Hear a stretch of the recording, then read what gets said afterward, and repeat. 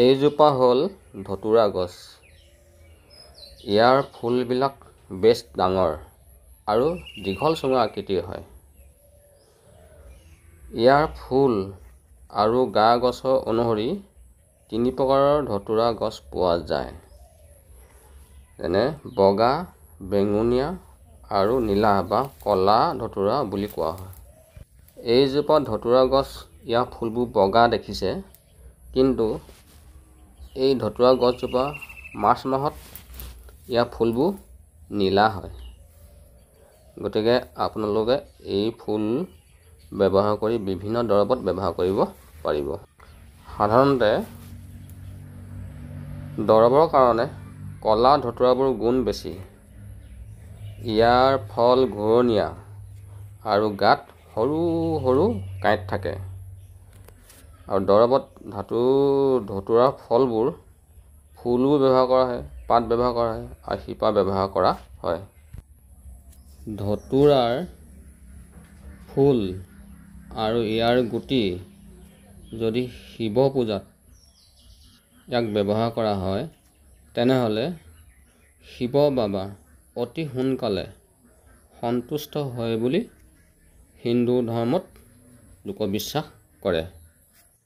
বিভিন্ন ৰোগত এই ধতুৰাৰ পাত, ফুল, গুটি আৰু শিপা ব্যৱহাৰ কৰা হয়।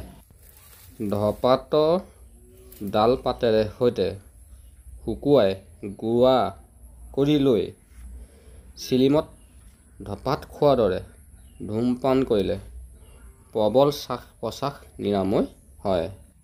ধতুৰাৰ কেঁচা পাত মিহিকৈ বাটি ইয়াৰ লগত কেঁচা হালধি ৰস মিহলাই প্ৰলেপ দিলে স্তনৰ বিষ ভাল হয়।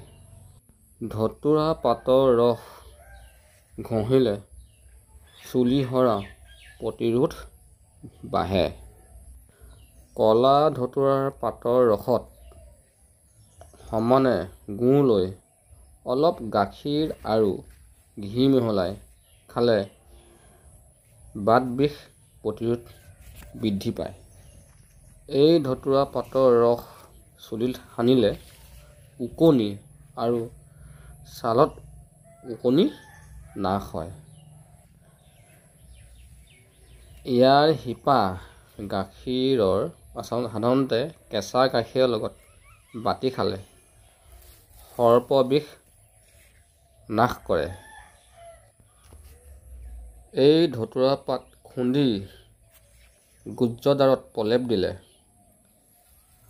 যথেষ্ট উপকাৰ পোৱা যায়।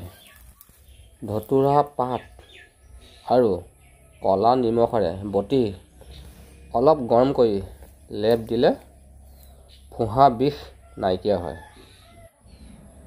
এই ধতুৰা পাত নাৰিকলৰ তেলৰ লগত বটি লগালে বেচু বেমাৰো ভাল হয়।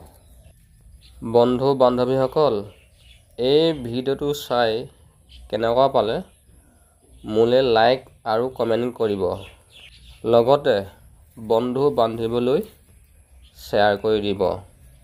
আজিলৈ ভিডিঅ'টো ইমানেই আছিল। ধন্যবাদ।